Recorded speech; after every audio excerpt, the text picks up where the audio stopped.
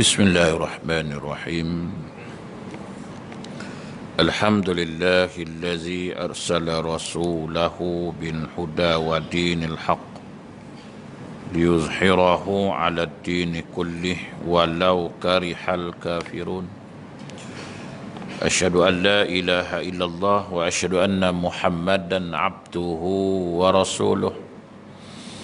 Allahumma salli wa sallim ala sayyidina wa habibina wa syafi'ina Muhammadin sallallahu alaihi wasallam, amma ba'd. Ayyuhal mu'minun ittaqullah, usikum wa iyaya bittaqwallahi faqad fazal muttaqun. Subhanaka la ilma lana illa ma 'allamtana innaka antal alimul hakim. Rabbi shrah li sadri wa yassir li amri wahlul 'uqdatam min lisani yafqahu qawli. Rabbi yassir wa la tu'assir ya karim. Allahumma zakkirna ma nasina wa 'allimna ma jahilna. Allahumma zakkirna ma nasina wa 'allimna ma jahilna. Allahumma zakkirna ma nasina wa 'allimna ma jahilna. Tuan-tuan guru, para alim ulama, para asatizah muslimin dan muslimat, mudah-mudahan dirahmati Allah Subhanahu wa taala insyaallah. Pertamanya kita panjatkan rasa syukur terhadap Allah Subhanahu wa taala kerana dengan limpah kurnia dan inayahnya kita masih lagi diberi kesempatan, masih lagi diberi peluang, kelapangan waktu, kesihatan yang baik sehingga kita sama-sama dapat melaksanakan tuntutan-tuntutan Allah Subhanahu wa taala dan meninggalkan segala larangan-larangan Allah Subhanahu wa taala insya-Allah. InsyaAllah malam ni kita menyambung lagi perkongsian ilmu kita menggunakan kitab Al-Mawa'iz Al-Badi'ah dalam pengajaran yang ke-38 yang kita dah baca hari itu, dan di dalam hadis kudusi. Dalam sebuah hadis kudusi berkata Allah Subhanahu wa taala, 6 perkara daripada aku, 6 perkara itu daripadamu. 6 ni kata Allah Ta'ala daripada aku, 6 lagi tu daripada engkau. 6 ini maka engkau kena buat yang 6 ini. Apa dia 6 perkara ini? Pertamanya, syurga daripada aku. Syurga tu milik aku kata Allah Subhanahu wa Ta'ala. Jadi kita mengharapkan nak syurga. Kita semua berkeinginan nak masuk syurga. Belum ada lagi kita ni ingin nak masuk neraka. Belum pernah ada lagi orang nak masuk neraka. Nak cuba-cuba masuk neraka pun tak ada. Nak rasa lah ingat nak sesekali nak masuk neraka. Belum ada lagi tuan-tuan. Semua orang nak masuk syurga lah. Semua mengharapkan syurga. Tapi syurga tu milik Allah Subhanahu wa ta'ala. Oleh kerana kita nak masuk syurga, nakkan syurga Allah, adalah syarat-syarat yang diberikan oleh Allah Subhanahu wa taala. Ada syarat-syarat nak masuk syurga Allah Taala. Bukanlah semudah yang kita sangka nak syurga masuk. Tak, ada syarat yang diberikan oleh Allah Taala. Ada kriteria yang melayakkan kita itu mendapat syurga Allah Subhanahu wa taala. Pertama, bagaimana nak dapatkannya? Pertama sekali kita mestilah meraih rahmat Allah Ta'ala. Kita berusaha mencari rahmat Allah Subhanahu wa Ta'ala. Sebab dengan rahmat Allah Subhanahu wa Ta'ala itulah yang melayakkan kita masuk syurga Allah. Kalau takat dengan amalan yang kita buat ni tanpa rahmat Allah, tuan-tuan, rasa-rasa mimpi mengigau pun tak, semayang pun tak tentu hala, ibadat pun tak tentu hala, nak harapkan syurga Allah Subhanahu wa taala. Jadi yang pertama ialah mencari rahmat Allah Subhanahu wa taala. Bagaimana? Dengan melakukan ketaatan-ketaatan yang diperintahkan oleh Allah Subhanahu wa taala agar kita memperoleh rahmat Allah Subhanahu wa taala. Kita mohon segala amal ibadat ketaatan kita itu mendapat rahmat Allah Subhanahu wa taala, diterima oleh Allah Subhanahu wa taala. Kan? Sebab kita buat apa pun semuanya minta Allah taala terima. Semua doa kita dia makbulkan. Umrah kita umrah makbul. Ada orang kata umrah mabruran.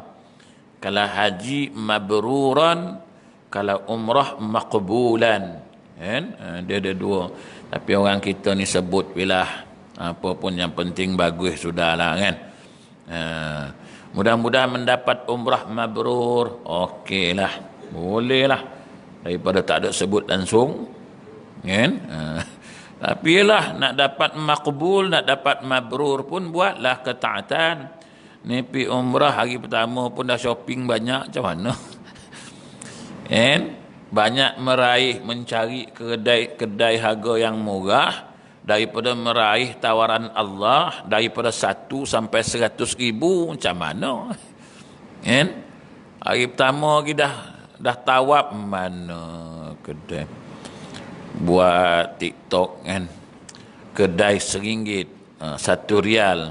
Nah, yang tukang jajo ni pun satu bab pun kan, buat TikTok, buat Facebook, bagi tahu kedai RM1, berebut orang pergi, Masya Allah. Kan, saya baru balik tuan-tuan, baru sampai di pukul 2 petang dia baru sampai. Ni tengah mamai gini kan, ayo duk tengok dia orang. Kan? Allahu Akbar. Masa sebelum pergi, saya ustaz memang tak adalah nak beli-beli ni, memang tak ada lah. Kan? Saya kata bawa je lah beg, mana tahu dah agak dah. Orang Malaysia ni kalau pergi ke Mekah, Madinah, lebih banyak mencari kedai RM1 daripada mencari 100 ribu pahala yang ditawarkan Allah. Kan? Lebih banyak mencari kedai yang menjual RM1. Tak laku juga tawaran Allah 100 ribu. Kan? Tak laku tuan-tuan. Allahu Akbar. Cerita bisnes, cerita itu, cerita ini, Masya Allah. Saya kata Allah tawarkan bukan sikit-sikit, bukan 1, bukan 2, 100 ribu dapat salat di Masjidil Haram. Tak laku. Pergi pula Madinah, kan, dapat tawaran lagi, kan, 1,000 kata Nabi. Siapa dapat salat fi hazihil masjid khairun min alfin salat fi ma siwahu illa Masjidil Haram. Kata Nabi, salat di masjid aku ini lebih baik daripada salat 1,000 rakaat. Dia kata 1,000 salat ni pada masjid-masjid yang lain, melainkan illa fil Masjidil Haram. Tak laku juga tuan-tuan. Tak laku juga. Tak laku tuan-tuan. Yang laku mana? Ustaz, ada kedai RM1. Saya tengok dalam TikTok. Ustaz, kedai ni murah, kedai ni murah. Daripada tak nak beli, beranak 3 beg. Masya Allah, saya kata. Lepas tu nak harap syurga Allah. Mana tuan-tuan? Nak harapkan syurga Allah, perlu ada ketaatan pada Allah. Nak mengharapkan syurga Allah, perlu mendapat rahmat Allah. Cari sebanyak mungkin rahmat Allah. Allah, tuan-tuan, kadang-kadang yalah mungkin orang pertama kali pergi kan. Patut pertama kali ni lah pergi ni rasa Masya Allah, Allah panggil aku. Inilah peluang aku merebut untuk mendapat 100 ribu ni. Peluang pertama ni aku tak tahu lagi lah. Akan datang ni boleh pergi ke tak. Yang 100 ribu ni lah. Kita leka nak pergi sana, leka nak pergi sini. Allahu Akbar. Kan? Pergi tengok tu, pergi tengok ini. Bukan nak tengok sangat pun. Kan? Cuma mana tempat-tempat yang seronok nak pergi. Sedangkan Nabi sebut dalam sebuah hadis di Madinah sendiri ada tempat paling istimewa. Kata Nabi SAW, ma baina baiti wa mimbari, kata Nabi, raudatun min riyadil jannah. Berusaha, tapi sekarang kan susah nak masuk kan raudah. Bukanlah susah, mana nak application apa, nak nusuk dan sebagainya kan. Tapi sekurang-kurangnya walaupun tak dapat masuk raudah, berhampiran dengan raudah pun boleh masuk. Duduklah kat situ, walaupun Nabi kata ma baina baiti wa mimbari, antara mimbar ni rumah aku dengan mimbar rumah Nabi ialah makam Rasulullah. Kan? Sebab Nabi punya rumah ialah bilik Nabi, itu ialah makam Rasulullah, bilik Nabi. Wa mimbari, kata Nabi, dengan mimbar itu raudatun min riyadil jannah, taman-taman syurga. Tapi kita ni Allah susah lah, sempit lah, payah lah, tengah malam lah, pagi lah, leceh lah nak pergi. Allahu Akbar. Tapi mengharapkan syurga Allah. Bagaimana mungkin? Bagaimana mungkin nak dapat syurga Allah sedangkan rahmat Allah Ta'ala bagi pun kita tak nak. Banyak ganjaran-ganjaran diberikan Allah. Kemudian yang kedua, dan ketuhanan daripada aku. Allah tu Tuhan kita lah. Kita ni siapa? Hamba. Bagaimana sifat seorang hamba? Tunduk, patuh, taat, setia pada Tuhan dia. Siapa? Pada Allah Subhanahu wa Ta'ala. Kita pun tak tunduk, tak patuh. Macam mana kita kata kita ni hamba? Hamba tak ada protes, hamba tak ada bangkang, hamba tak ada melawan, semua tak ada. Sifat hamba tunduk, patuh. Allah suruh buat ni, kita jawab. Allah suruh buat ni, kita bahas. Allah suruh ni, semua kita nak jawab, bahas, bagi alasan. Saya katakan, alasan ni, hidup ni, mana ada kata hidup ni tak ada alasan? Tak ada. Yang tak ada alasan bila? Depan Allah nanti baru tak ada alasan. Nama atas dunia ini, semua ada alasan lah. Kenapa lambat tuan? Jalan jam lah. Dah tahu kita bukan bayar Rocktek insurance seorang. Bukan kita seorang je pakai kereta. Emang ada je alasan tuan-tuan. Kenapa tak pergi tuan? Banyak kerja, sibuk, ada hal mem. Saya kata pergi umrah. Banyak benda saya tengok, Allahu Akbar. Masa tak pernah yang tepat. Pukul berapa? 7.45. Kalau tak dapat 8.30 tu sajalah. Allah Ustaz, lift penuh orang. Ramai orang Ustaz. Allah Ustaz, masjid ramai orang, nama pun Mekah. Nama pun Madinah. Buatlah perancangan awal. Kalau kita dapat perancangan awal masih juga terjadi, itulah yang dikatakan ketentuan milik Allah. Ini tak lambat. Nak pergi masjid pun lambat-lambat. Dah tahu dah masjid Zuhur pukul apa? Pukul 12.30, 12.40. Okeylah. Pukul 11 dah siap dah. Lambat lagi. Zuhur 12.40. Habis tu? Turun 12.20. Bila turun 12.20? Orang ramai lah kata dia. Tak boleh turun leh. Habis mas sembahyang mana? Sembahyang ke atas je. Dah tahu 12.40 Zuhur. Tercatat, terpampang. Zuhur 12.40. 11 tak ada apa nak buat pun. Bukan nak gaduh masak, bukan nak gaduh. Tak ada apa buat kat bilik. Apa buat tuan-tuan? Apa dibuatnya? Tak ada apa. Duduk sembang, tidur ni. Tuan, aku sebelah ni. Zuhur lambat ke Ustaz, 12.40. Sekatilah. Kita pun pergi. Tapi macam ni tuan? Tak sempat Ustaz. Saya turun lift, tunggu punya lama, tak sempat. Kau pun keluar 12.20 ni. 12.20 memanglah tuan kan. Tengah orang ramai orang berebut nak turun. Apa tak aku sebelah tadi? Ingatkan sempat Ustaz. Saya kata Mekah bukan seorang. Bukan kamu seorang Mekah ni, ramai orang. Lift ni hotel ni tak pernah yang surut. Siang malam pagi petang tak ada. Semua ada je orang.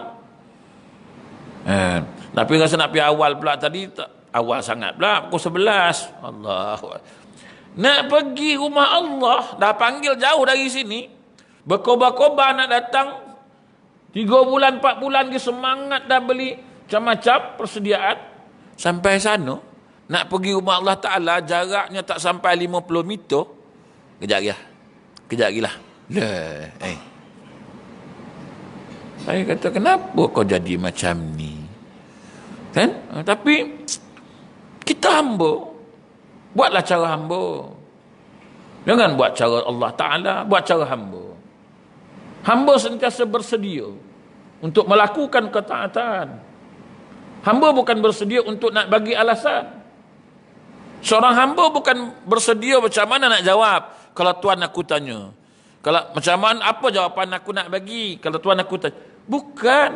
Hamba bersedia nak buat, nak laksanakan. Aku tak nak Tuan aku tanya, tak nak Tuan aku persoal, aku tak nak itu. Aku nak bersedia buat.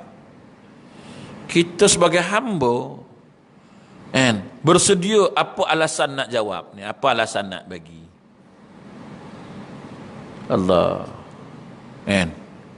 Tapi bagaimana tuan-tuan? Inilah kata Nabi dalam hadis kudusi, Allah Ta'ala kata 6 perkara dari aku kena ingat, dari engkau tu pun kena ingat.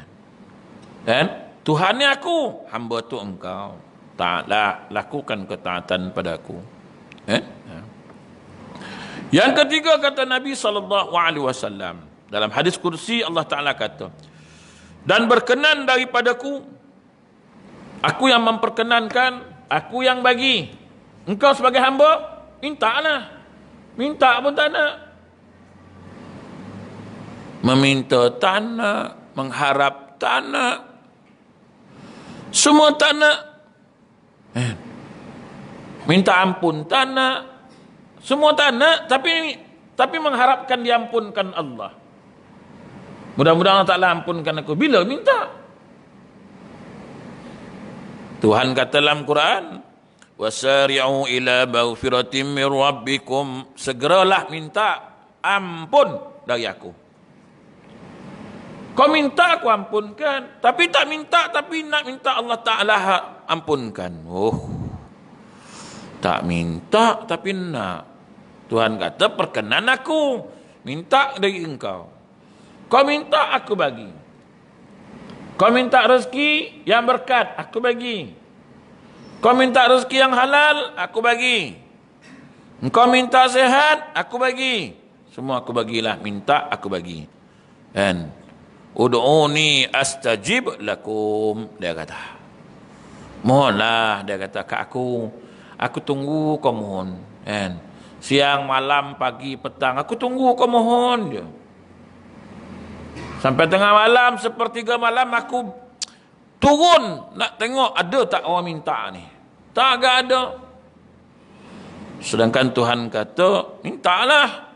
Yang memperkenankan aku, yang minta engkau. Minta sebanyak mungkin yang kau nak minta. Ni yang ketiga. Yang keempat, bala itu daripada aku.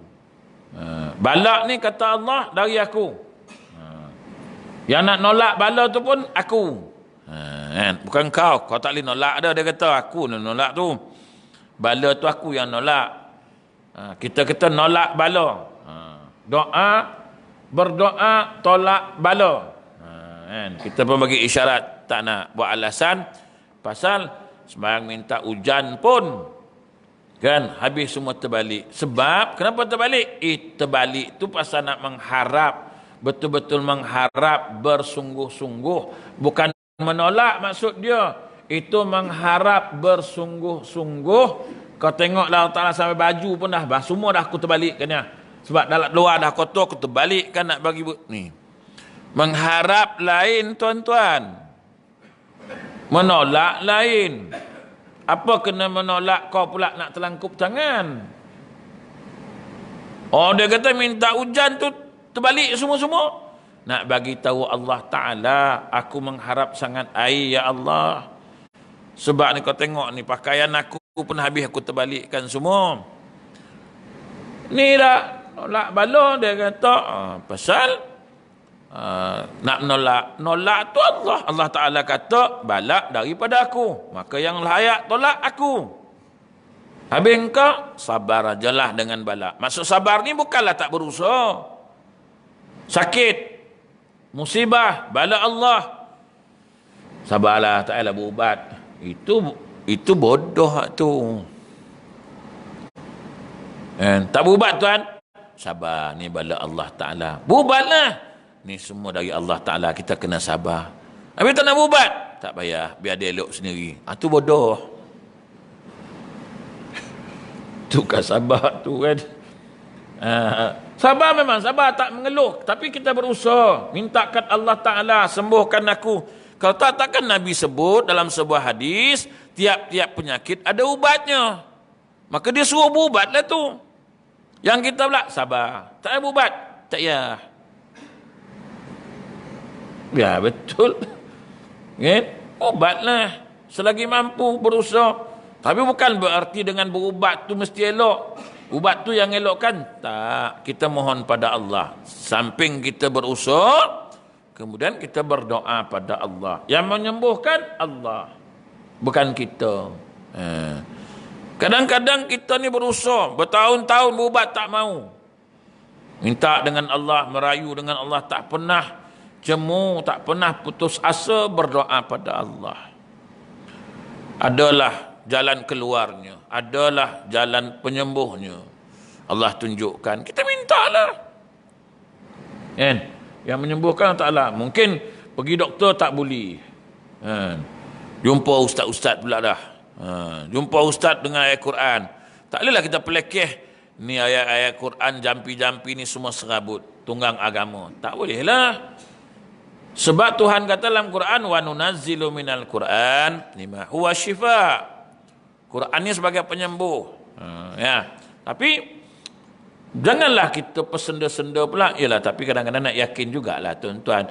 Tak perlu orang buat pun, kita buat sendiri pun boleh. Tinggal lagi, yalah, yang nengok pula tak yakin kan. Macam suami isteri. Isteri pun tak yakin dengan suami, macam mana? Anak menangis, tak mau hilang, tak mau berhenti menangis. Apalah kena budak ni kok. Tengah malam siapa mana nak pergi kan. Telefon ustaz pun ada lelap kan.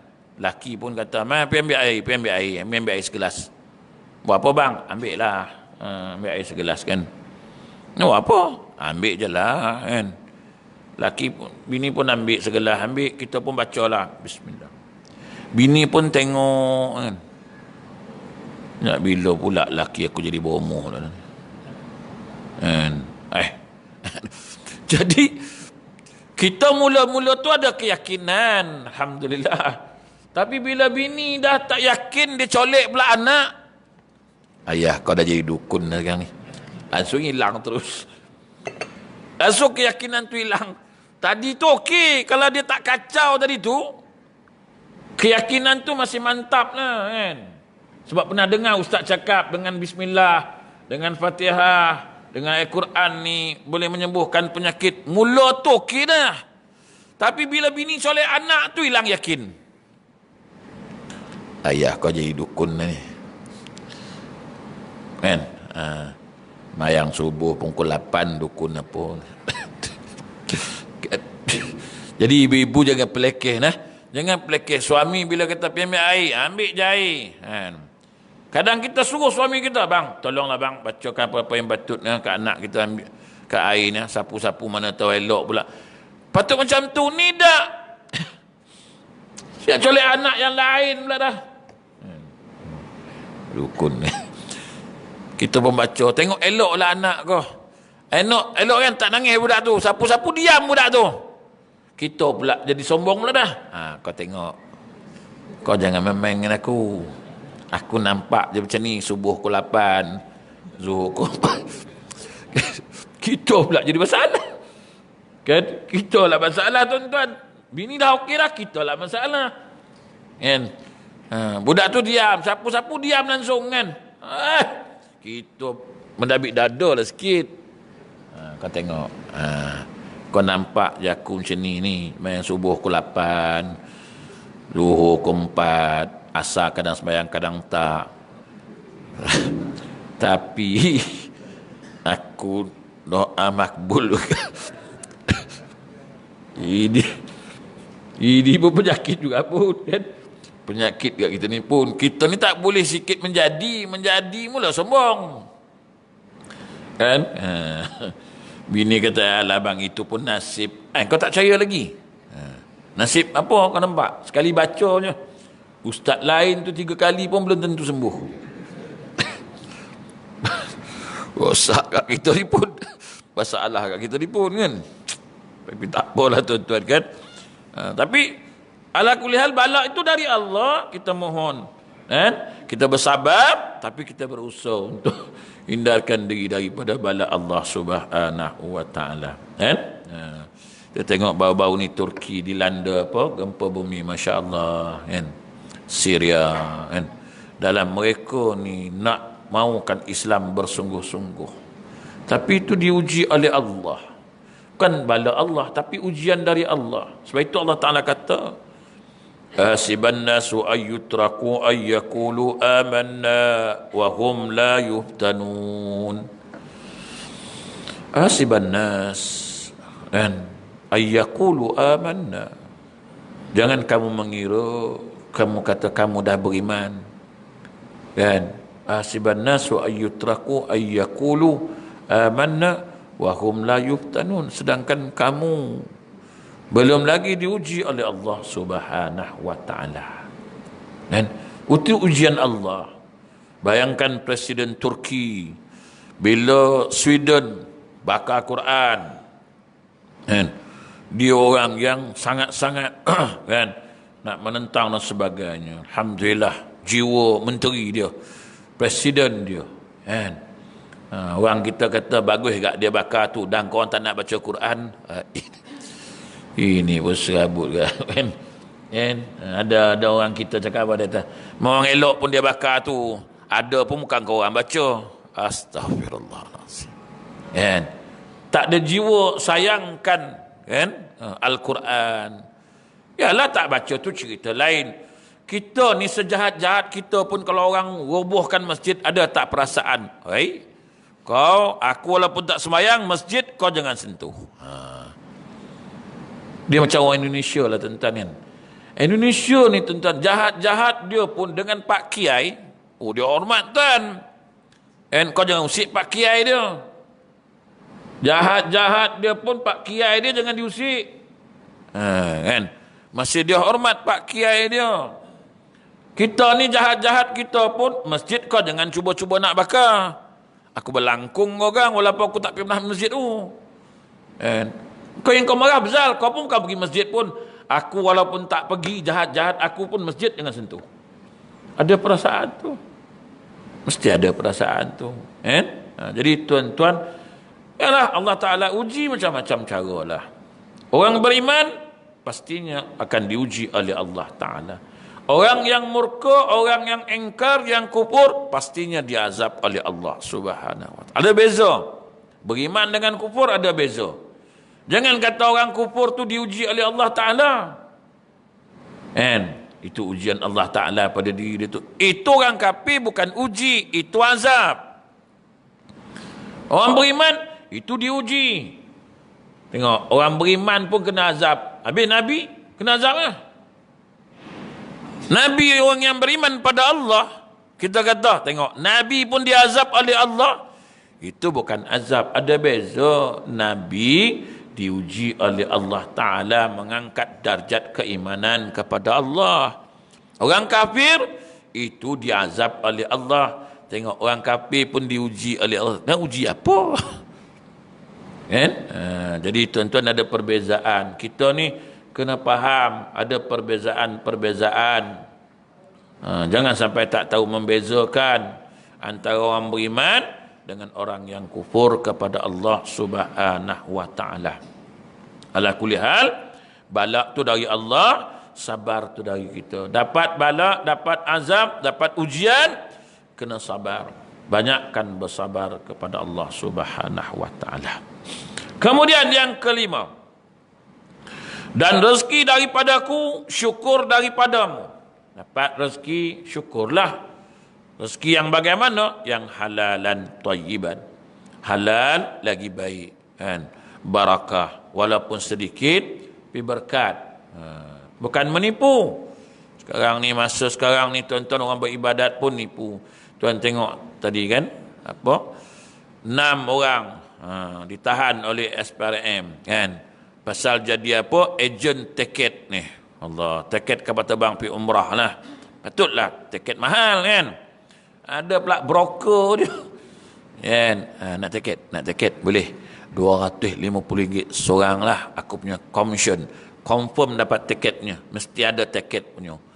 Ada juga asal jadi duit dia tuan-tuan. Masya Allah. Langsung tak kira halal haram. Daripada RM50 sampai RM250 tu. Okey, contoh saya ni travel agent. Travel kan? Okey. Tuan Khabir kita ni, dia ni agent lah, broker lah. Dia ni broker kan. Ustaz, nak tiket? Saya boleh dapat. Ustaz nak berapa? Ustaz nak berapa? Saya nak dalam 200 Cik Kabir. Boleh, tak ada masalah. Tapi komisen 250 lah kan. Mahal Cik Kabir, takkan tak boleh kan. Saya cuba dapatkan lah macam mana pun. Ini confirm dapat punya. Nak tak nak, macam mana saya nak? Saya dah nak ni 2 orang. Saya dah ada jemaah kan. Apa nak? Aku titik lah kat jemaah lagi, apa cerita? Tiket mahal lah sekarang tuan. Dia kena tambah 1,000. Mana tak nak, kena ikut jugalah. No? Macam mana? Dan nak pergi 1,000 kan. Cik Qabil pula bayar dekat syarikat pula pun dia kena ke tu. Nah, kos 150, aku 100. Kok 40 orang? Kan? Jadi Allahu Akbar. Ibadat menipu. Ni ada satu agensi travel ni. Menipu ya kerja. Masya Allah. Dah berurut-urut tinggalkan orang. Kan? Hotel pun sampai 10 kali tukar. Macam mana? Jak hotel ni, pindahlah hotel ni, tukarlah hotel tu. Mampus aku cakap ini. Korang macam mana ni? Dah dapat duit senyap. Ya. Macam mana ni tuan? Langsung senyap. Mutawif tak ada, apa tak ada. Mampus. Astaghfirullahalazim. Buat ibadat ni. Lepas tu salahkan. Arab ni perangai. Arab ni teruk. Rupa dia yang teruk. Arab ni kau bagi duit, selesailah masalahnya. Bas berapa? 400. Bagi dia 400. Alah dia, tak ada masalah. Ni 400, kau bagi dia 100. 300 lagi kau kencing dia. Memanglah dia kencingnya kau sampai tengah jalan kau sak bas. Arab ni panggil lagu tu. Arab ni memang teruk. Arab jadi mangsa. Saya pun tak faham. Tuan tengok. Saya pergi baru ni kan. Dia duk kata Arab tak betul. Saya kata bukan Arab tak betul. Arab dia nak duit. Apa yang tak betulnya? Dia nak duit. Dia letak harga 2,000. Kau bagi dia 2,000, settle masalah. Kau diminta 2,000, kau bagi 500, memang jahanam lah kau. 500 dia pun tunggu, tak akan dapat lagi. Ada orang tawar 3,000, dia cabutlah 3,000 tu. Jalan lah kau. Salah dia kah? Jangankan dia, kita pun sama. Jangankan kita, ustaz pun sama. Ustaz, boleh tanya ceramah? Boleh? Kan? Berapa Ustaz? 1,000. Okey, cun Ustaz. Kan? Datang pula kawan bagi 3,000. Ustaz, dah kosong. Bila? Jumaat kedua maghrib. Surah An-Nur. Surah An-Nur. 3,000. Kan? Mana ni? Kan? Bagi surau ni Dia apa? Mazak, tak maaf lah, malam ni tak apa sihat.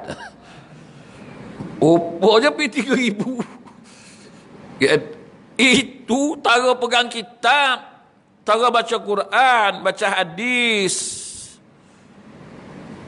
Pun jahanam. Apatah lagi Arab tu. Kau ingat Arab tu?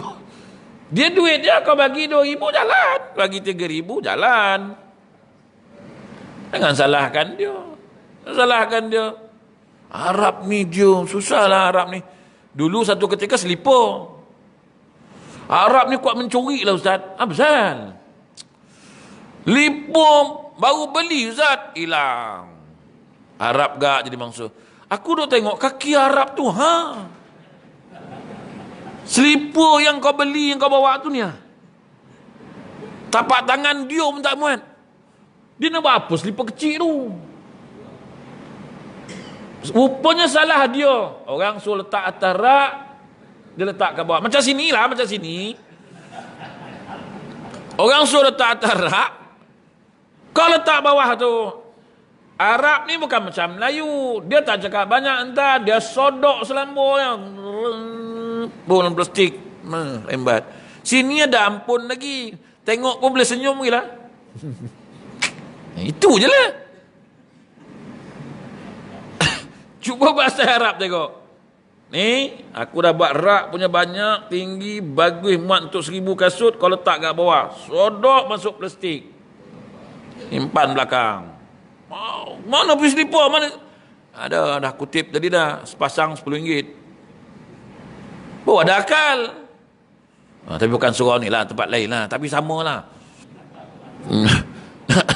Nak cerita tengok. Semua kau salahkan Pak Arab tu. Kan? Kalau masjid surau buat macam tu, siapa yang salah agak-agak? Dia salahkan masjid salah? Orang masjid lah salah, orang surau salah. Bukan dia yang salah letak kereta tu sepah tak ada. Kan? Dia takkan salah. Aku silap, aku letak bawah, aku tak atas rak. Dia tak pernah ngaku lagu tu. Dia mesti kata, apa-apa surau ni, letak bawah pun nak sodok. Apa pula surau? Surau kat dia salahnya. Azan tu. Bila azan tu?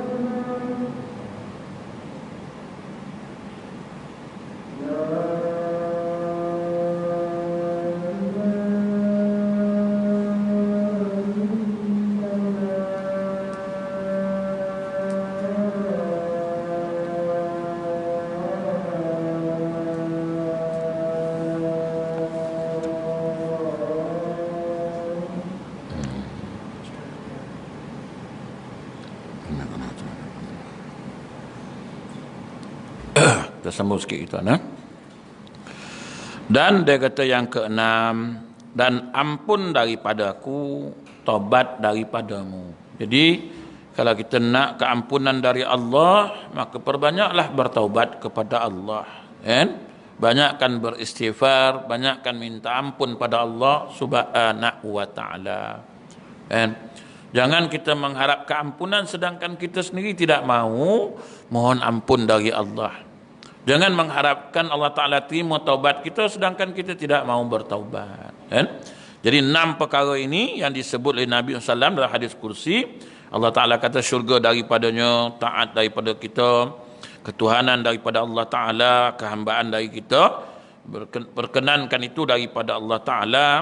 Kerja kita sebagai meminta perkenan itu daripada Allah Ta'ala. Yang keempat, bala daripada aku, kata Allah, sabar daripadamu. Rezeki itu daripada aku, maka syukurlah dengan rezeki yang ada. Kan? Kadang-kadang rezeki ini bukan milik kita seorang.